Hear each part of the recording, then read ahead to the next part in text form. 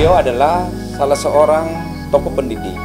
Beliau seorang guru yang mendedikasikan dirinya untuk mengajar dalam rangka mencerdaskan anak bangsa. Tapi bagaimana rasanya menjadi seorang guru yang sudah mendedikasikan diri untuk mengajar, tetapi diperlakukan dengan murid yang kurang senonoh, bahkan mengarah pada mengkerdilkan beliau, mengkriminalisasi beliau. Siapa beliau? Saya Pak Jasman. Pak Jasman ini adalah salah satu guru yang sempat viral karena dianiaya oleh murid beliau. Saya mau bertanya sama Pak Jasman, tahun berapa kuliahnya? Selesai kuliah Pak tahun 2016 Pak. 2016. Ambil jurusan apa? Penjaskes, Pendidikan Jasmani Olahraga dan Kesehatan. Itu alumni Unhalu Pak. Unhalu. Angkatan tahun? Angkatan tahun 2012. 2012. Berarti kurang lebih 4 tahun kuliah. Iya Pak. Luar biasa. Pak Jasman sudah berkeluarga? Sudah Pak. Nah, hari-harinya sejak 2016 sampai di 2022 berarti kurang lebih 6 tahun ini mengajar. Kalau mengajarnya Pak, mulai mengajar tahun 2018. Mengajar di SMP 6 Konawe Selatan. SMP 6 Konawe Selatan. Itu bidang studi yang diajar hanya PJOK. PJOK. Apa itu PJOK? Pendidikan Jasmani Olahraga dan Kesehatan. Dan Kesehatan. Berapa kelas yang dipegang? 6 Pak, 6 kelas. 6 kelas 9 keseluruhan. Kelas 9 seluruhan. Selama mengajar itu selama 4 tahun pernah enggak merasakan suasana yang jenuh atau gimana? Kalau dalam pembelajaran saya dalam kelas adalah saya merasa senang, tapi inisiatif saya untuk mengajar siswa untuk masa depan siswa tetap walaupun gaji sedikit tapi inisiatif harus tetap. Oh, Pak Jasman ini masih honor? Iya Pak, honor. Honor, berapa honornya per bulan? 350 Pak. 350. Sudah punya anak? Sudah punya anak 1 Pak. Lantas untuk membiayai hidup 350.000 itu cukup betul? Ya, tidak cukup. Ya, bagaimana sebagai profesi untuk mendidik anak masa generasi ke depan Pak, harus tetap kita jalani Pak, walaupun gaji 350 Pak. Wow, 350. Lantas untuk menutupi, kan pasti beli beras, iya, kebutuhan rumah tangga lainnya, belum lagi kebutuhan listrik, kebutuhan telepon. Dengan 350 ini pasti tidak cukup. Bagaimana caranya dapat lagi selain dari itu, kebetulan biasa ada tambahan di rumah, biasa kerja bangunan, pulang dari sekolah, kerja di kebun juga Pak, seperti itu. Untuk memenuhi nafkah dalam 1 bulan. Kalau kita mau analisa itu gaji Pak 350, sedangkan pembeli bensin setiap hari Pak dikali 1 liter dalam 1 liter per hari dikali 30 hari enggak cukup Kak. Enggak cukup. Ada sisanya di sekitar 50.000 ya. Kan 30 hari dikali 10, 300.000 Pak. Oh, anaknya berapa? Anak baru 1. Jadi ini rata-rata semua guru non PNS begitu. Begitu. Kalau di SMP 6 itu Pak, kan dia dihitung per jam. 1 jam 7.000 Pak. 1 jam 7.000. 1 jam 7.000. Jadi 1 bulan bisa berapa jam didapatkan? 1 bulan itu 18 jam. Iya. Oh. Selain honor ada 7.000 itu yang didapat? Tidak Pak, sudah gajinya itu Pak. Total 350. 350. Itu pun intinya kalau kita mau berpikir masalah gaji, generasi ke depan anak-anak generasinya kita Pak ini, maka kita tidak tahu apalagi gaji seperti ini. 350 jangan kita putus asa. Oke, kita kembali ke masalah sampai terjadinya ini peristiwa di tanggal berapa itu kejadiannya? Tanggal 19 Maret. 19 Maret. Gimana mungkin Pak Jasman bisa bercerita? Ya, pada saat kejadian itu Pak, awalnya sekitar 1-2 minggu saya sudah sampaikan bahwa kita akan adakan praktek renang. Dalam pelajaran PJOK ada dikenal dengan mata pelajaran PJOK di bab 9 itu Pak, masalah praktek renang untuk mengenal air Pak atau di kolam. Pada saat itu saya sudah sampaikan kepada siswa tersebut, dan sebelum saya antar siswa ke kolam, saya sudah minta izin surat dari KS. Sudah minta izin surat sama Pak KS bahwa ada kegiatan untuk praktek. Pada saat saya bawa di kolam tersebut Pak, pada saat saya kasih pengarahan di kolam, semua siswa saya panggil, saya arahkan bagaimana, siswa kasih penjelasan. Ada salah satu siswa pada saat saya kasih pengarahan, tetap dia tidak mau dengarkan pembicaraan Pak Guru, tetap dia lalu lalang di kolam tersebut. Setelah dari itu sekitar 15 menit dia berputar, saya panggil, nak ke sini gabung sama temanmu. Dia tidak mau ikuti saya Pak, tetap dia berputar-putar. Saya panggil lagi, nak ke sini, nak gabung sama temanmu, tapi dia juga tidak mau Pak. Setelah habis itu temannya sudah melaksanakan praktek dalam kolam, ada samping saya dan mutar, saya agak bahasanya saya ke sana untuk kasih pengarahan bahwa dia gabung, tapi dia tidak mau juga Pak. Habis itu saya tepuk pundaknya, masuk gabung sama temanmu, daripada kamu di luar, kamu tidak menerima mata pelajaran, karena ini hasil pelajaran untuk nilai ijazahmu nanti, nilai praktekmu, nilai raportmu. Bagaimana caranya, harus kita masuk sama temanmu, gabunglah sama temanmu, jangan ikuti yang teman-temanmu yang tidak baik sifatnya. Habis itu Pak, setelah itu udah saya tepuk pundaknya, dia ambil motornya memutar, dia panggil saya dengan bahasa-bahasa yang tidak enak ya didengar. Antara seorang murid kepada gurunya. Iya, dia panggil saya yang tidak enak didengar. Setelah dari itu dia pulang sama orang tuanya bahwa dia menyampaikan yang tidak sesuai di lokasi, tidak sesuai. Dia sampaikan bahwa ini anak dipukul dan ditendang dan dianiaya. Pada saat sekitar 15 menit kemudian muncul lagi tuh anak. Saya panggil, nah mendingan datang gabung sama temanmu daripada begini pulang sama orang tua, datang saja gabung. Setelah itu malahan ekspresi mukanya Pak seperti dia agak mau memukul, hanya kan saya hindari, saya langsung saja ke sana. Habis itu sekitar 5 menit lagi udah pulang lagi. Pada saat saya mengabsen, saya lagi menunduk, langsung datang memukul bagian sini Pak. Muridnya yang memukul? Siswanya yang memukul. Siswa tersebut dan memukul Pak. Habis itu saya agak pusing-pusing juga habis dipukul. Terpleset, baju juga sudah robek Pak, dan celana sudah robek, punya celana olahraga sudah robek juga. Saya bangun, salah satu ada kata-kata yang tidak bisa saya terima dengan baik orang tuanya, bahwa saya ini adalah guru mendidik, bukan seperti itu, bahwa anaknya sakasari. Padahal faktanya saya jelaskan juga sama orang tua, dia tidak mau terima Pak. Dia tidak mau terima orang tuanya. Ada juga sepupunya dia datang mencekik sampai terseret. Dan orang tua tersebut saya sudah jelaskan berapa kali, Bu, jangan kita asal dengar kita punya anak, karena saya ini sebagai orang tua, anaknya kita sebagai orang tuanya saya, karena saya dalam sistem pembelajaran masih jam mengajar, kecuali batas jam 12 sudah kita Ibu kendalikan.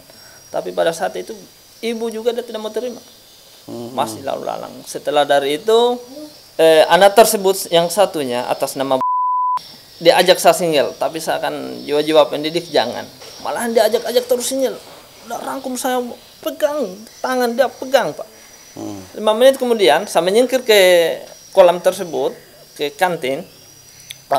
untuk mengendalikan ke sana menyingkir. Habis dari sana dia ajak lagi, buru-buru saya Pak, buru-buru saya ke sana bilang Murid yang lain tidak, berdua. buru-buru saya mau mukul lagi. Tapi saya bilang jangan, nanti di sekolah kita selesaikan di sekolah, kita bicarakan baik-baik, nanti di sana kita bicarakan sama Pak KS bagaimana solusinya seperti ini.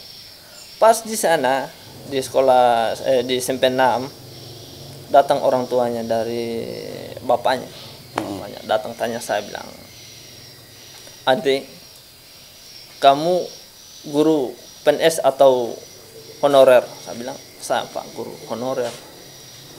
Nah, tetap datang peluk juga itu orang tuanya, kasar, dia datang kasih duduk saya di kursi. Saya bilang, Pak, kita jelaskan dulu, saya punya penjelasan, jangan asal kita dengar kita punya anak, pembicaraannya kita punya anak, kita jelaskan Pak guru. Dia tidak mau jelas, dia tidak mau terima, dia tidak mau beri saya kesempatan untuk bicara. Ya, itu saja Pak yang. Memang sebelum itu ada enggak Pak Jasmin buat sama murid-murid yang membuat mereka tidak enak? Kan saya mengajar 2 sekolah Pak, SMP 6 dengan SMA 4.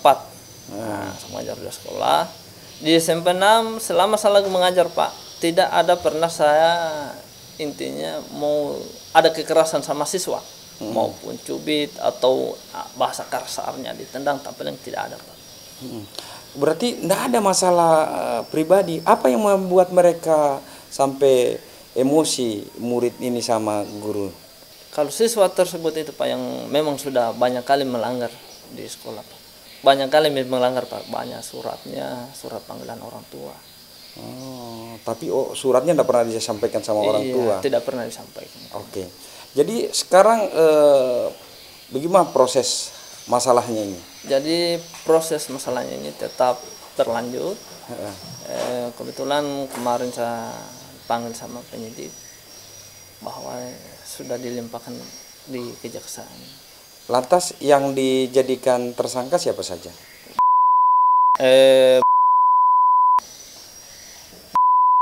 Dan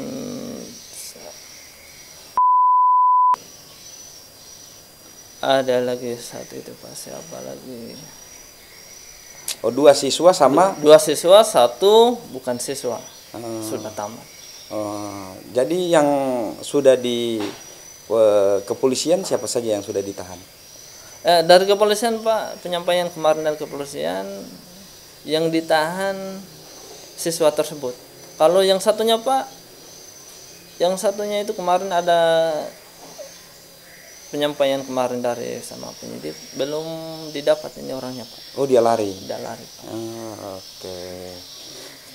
Bagaimana perasaan Pak Jasmin sebagai guru setelah peristiwa ini? Mengajar, apa ada trauma atau gimana? Saya Pak, kalau peristiwa ini yang saya hadapi, kalau masalah trauma ada sedikit Pak, tapi proses pembelajaran atau jiwa-jiwa mendidik harus tetap, trauma ada. Agak pada saat juga kita jalan, kita pikirkan masalah apa yang kejadian seperti ini, mudah-mudahan ke depan jangan ada lagi. Untuk mengobati rasa traumanya itu, Pak Jasmin apa yang sudah Pak Jasmin lakukan?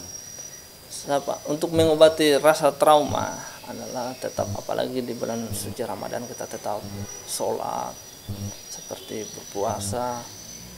Intinya kalau kita sudah sholat Pak, semua masalah akan diberikan petunjuk yang terbaik. Apalagi kita ini sebagai guru, walaupun ada trauma, tapi intinya tetap kita laksanakan sebagai aktivitasnya kita sehari-hari. Oke, Pak Jasmin, saya mau tanya, kan ini sudah berproses ke hukum. Bagaimana Pak Jasmin?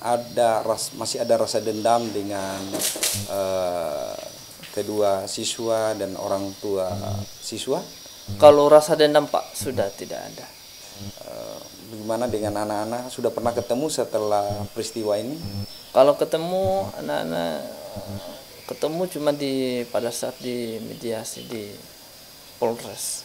Bagaimana setelah ketemu anak-anak ini? Tidak ada ekspresi mereka menyesal. Ekspresi anak-anak ada rasa penyesalan. Apa mereka katakan sama Pak Anda Guru? bilang Pak Guru minta maaf, saya bilang iya saya maafkan. Lantas mereka gimana? Tidak menangis, tidak ada ungkapan lain setelah saya lain menangis? Tidak ada Pak, tidak ada. Cuma dia bilang Pak Guru saya minta maaf, saya tidak akan ulangi lagi yang pernah saya lakukan sama Pak Guru. Ya karena mereka kan sudah Iya, tidak sekolah lagi di. Iya Pak. Jadi sanksi sekolah mengeluarkan mereka dari. Iya mengeluarkan Pak. Dikeluarkan dari SMP 6 Pak. SMP 6 Konawe Selatan. Iya. Jadi status mereka dikeluarkan. Iya. Oke. Jadi setelah dikeluarkan Pak Jasmin, teman-teman Dewan Guru dan sekolah bagaimana memberikan perhatian sama Pak Jasmin?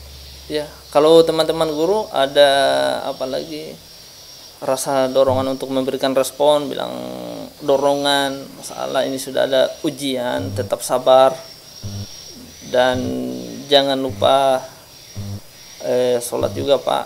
Bilangan guru tetap sabar menjalani tugas walaupun sudah ada masalah, jangan tinggalkan tugas Pak.